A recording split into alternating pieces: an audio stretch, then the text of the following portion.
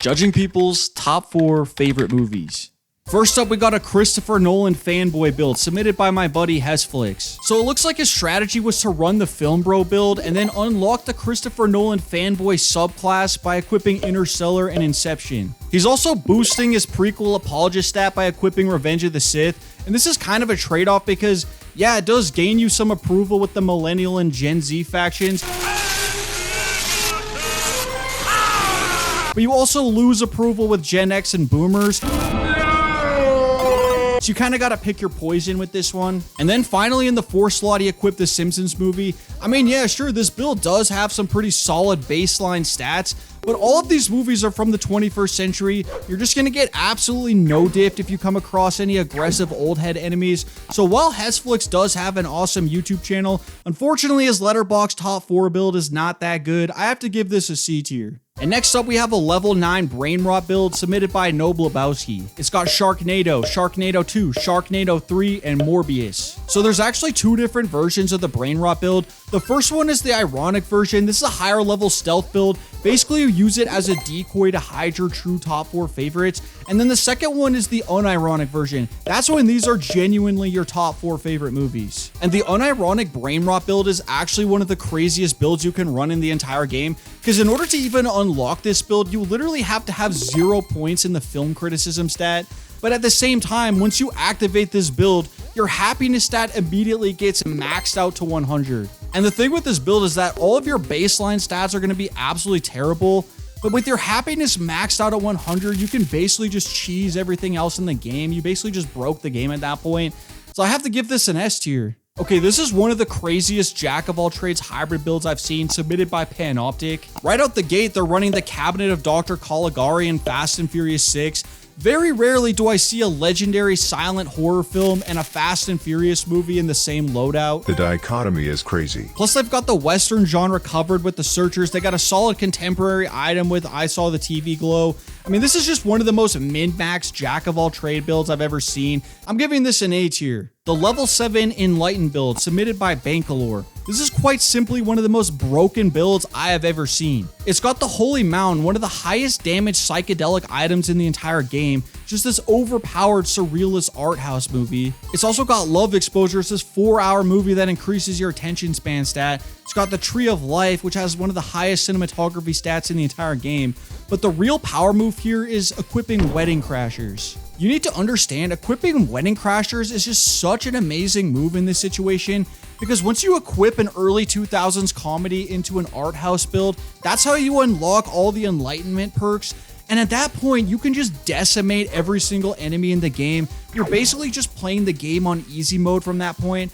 So I have to give this an S tier. The level 6 Gothic Frat Bro build submitted by RGB L1D. And this build is pretty crazy because they're just dumping a bunch of points into the Gothic aesthetic stat. They equip Bram Stoker's Dracula, The Crow, and Rocky Horror Picture Show.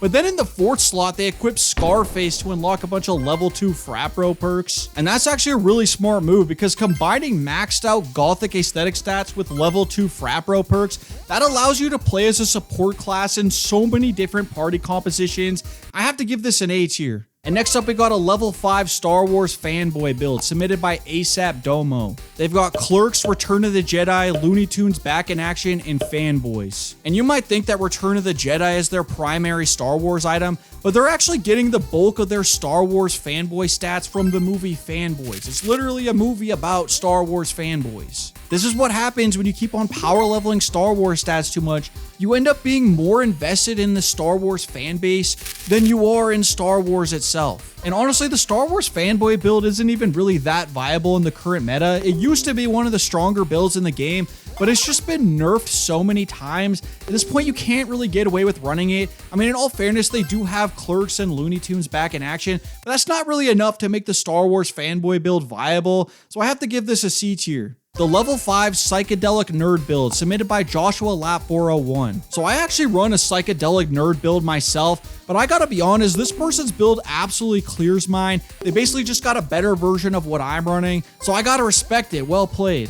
They've got the Matrix, which, as I pointed out with Charlize Theron's build, is one of the most overpowered items in the entire game. They've got 2 psychedelic items with Fear and Loathing in Las Vegas and Neverending Story, which, by the way, a lot of people sleep on Neverending Story. but it's actually an insane psychedelic damage dealer if you watch this when you're a kid. It's basically a tutorial for higher damage psychedelic items that you unlock later in the game. And then in the 4 slot, they got the good, the bad, and the ugly, probably one of the most overpowered spaghetti westerns in the entire game. This is overall a really great loadout. They're basically just running the same type of build as I am, except they're doing it better. So I have to give it an A tier. The level 4 comfort watch build submitted by Mariah Rosales. So her strategy is basically to just stack her build with a bunch of fun movie night items from the 90s and the early 2000s. She's got Freaky Friday, Before I Fall, School of Rock, and Miss Doubtfire. And Freaky Friday and Miss Doubtfire, both solid comfort watch items. Plus she's mixing things up a little bit with Before I Fall. It's this rare item that was released in the 2017 DLC. But her strongest move was definitely equipping School of Rock, because not only is it an OP movie night item,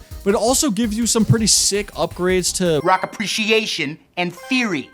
And okay, I'll be honest, this build is not really viable in competitive play, because if you run this build in a lobby full of a bunch of tryhards, they're probably just going to give you shit for running this build. But if you're just trying to play for fun in unranked matches, this is definitely one of the most fun builds you can play. I'll still give it a B tier, even if it's not that competitive of a build. It's just so fun to play. I think it deserves at least that much. The level 3 recency bias build submitted by Roderick8167. He's got Sinners, Nosferatu, Into the Spider-Verse, and Across the Spider-Verse. And Sinners is arguably the most overpowered item in the 2025 DLC, because it gives you some absolutely cracked bonuses to music appreciation. Plus, it's probably going to get upgraded to a legendary item in future patch updates. And plus, the Spider-Verse movies are also OP legendary items. They're probably some of the best animation items in the entire game. So yeah, this build does have some really strong items, but the issue is, as soon as you come across an insufferable old head player, they're just going to keep on spamming the noob attack against you.